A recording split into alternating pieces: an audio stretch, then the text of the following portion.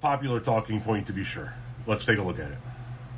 Fact check. Does the top 1% pay 90% of federal income taxes? No. In 2018, as an example, 97% of federal income taxes were collected from about half of the taxpayers, according to March 2020 Senate Budget Committee testimony by the Tax Foundation. Top half included people who had an adjusted gross income of more than $43,000. The top 1%, those earning $540,000 or more, accounted for 40% of the federal income taxes paid. Opinions are one thing, math is math, and numbers never lie. So this TikToker by the name of Tom Powell Jr. actually does a really fantastic job of debunking a myth that rich people love to spread. And not even really just rich people. Lots of random people who love capitalism love to spread this myth. And it's the idea that rich people pay most of the taxes that are paid in the United States.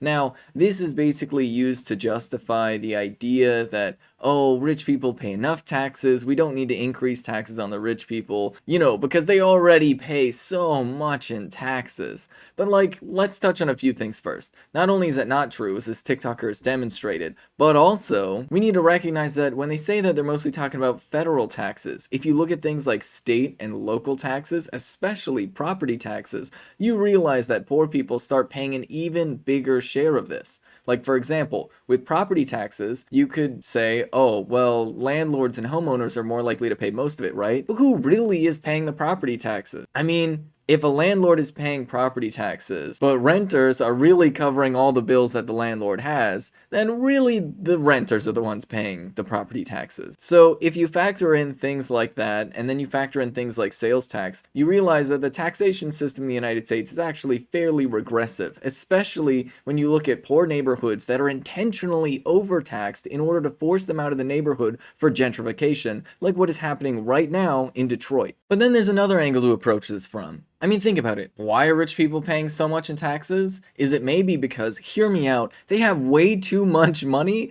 Maybe it's kind of ridiculous that people have billions of dollars that they're paying taxes on. Maybe that is part of the problem.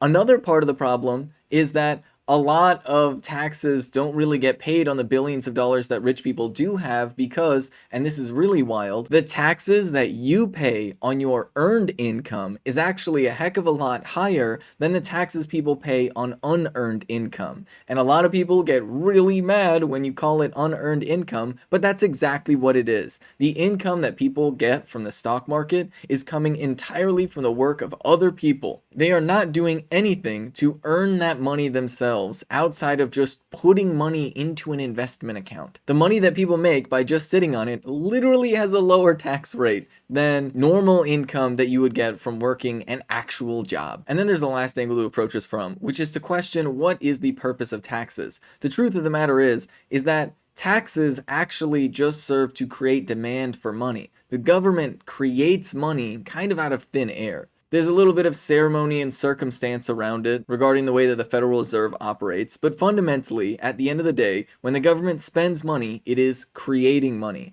And the way that the government creates demand for that money is by forcing people to pay taxes. Now, poor people just need money to survive, to pay rent and pay for food and things like that. So their demand for money is already as high as it can possibly be. But rich people, they have the ability to devalue dollars by investing in things like real estate, investing in things like stocks and bonds. And whenever rich people start to shift their money away from cash and onto these capital assets, that is what causes inflation, and that is what deflates the value of money itself. So the role of taxation, theoretically, is to increase the demand for money, and the easiest way to do that is to increase taxes for rich people. And especially to increase taxes for corporations. Because, and I know a lot of corporations like to ignore this fact, but the reality is the higher taxes are on corporations, the more incentive they have to increase wages, to increase benefits, and to hire more people.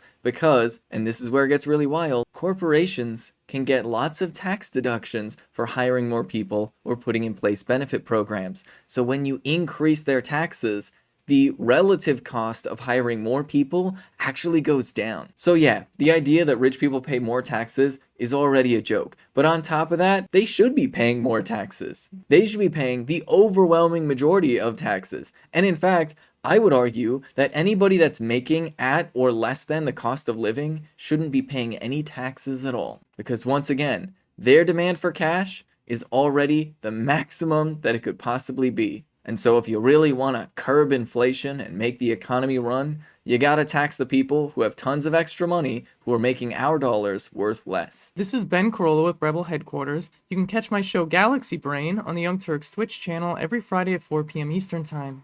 If you want to stay up to date with my content, you can follow me at Benjamin Carollo on Twitter. And for those of you that might be wondering or have noticed, my pronouns are in fact she, her.